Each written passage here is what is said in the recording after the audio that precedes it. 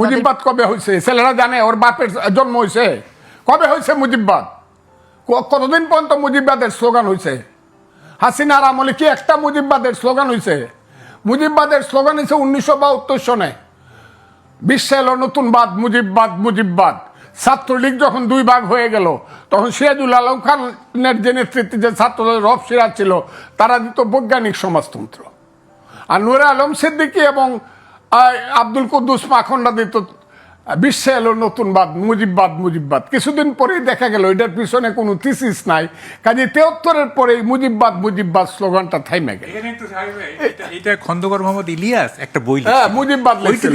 মুজিববাদের উপরে কোনো স্লোগান হয় না। 73-এর পরে মুজিববাদ কোনো স্লোগান ছিল না। আমি বলি শুনেন এটা কি হয়েছিল।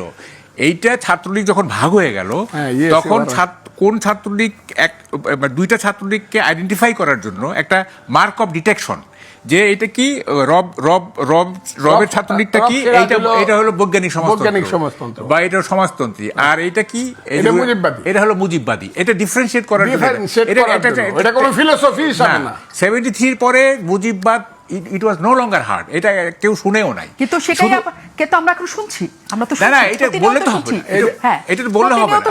আমি বলি মুজিববাদের স্লোগান গত 50 বছরে একদিনের জন্য হয় না, এগুলো মিথ্যা কথা বলতেছে। কিন্তু যারা আরেকটা কথা আপনাকে বলি, আরেকটা কথা বলি, ওই যে আপনি বলতেছেন যে ওগুলা বাদ দিয়ে দেন, সবকিছু করে দেন। আচ্ছা, শেখ হাসিনা যে 96 থেকে 2001 সন প্রধানমন্ত্রী ছিলেন, তার দল দেশ চালাইছে, ভালো মন্দ সেটা ইতিহাস বিচার করবে। তারপরে 2009 থেকে 2024 খুব খারাপ চালাইছে, ফ্যাসিস্ট।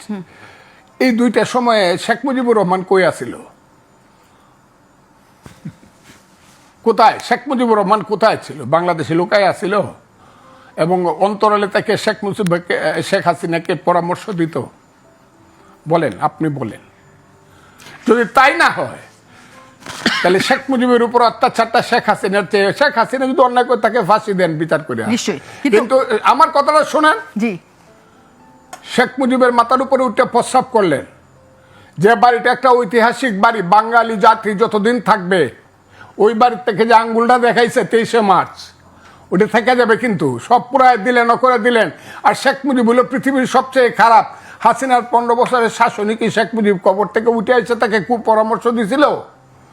তাইলে সবটা জেদ হইল শেখ মুজিবের প্রতি। কেন আপনি মুক্তিযুদ্ধ মানেন না? শেখ মুজিব এই খারাপ কাজটা করছিল।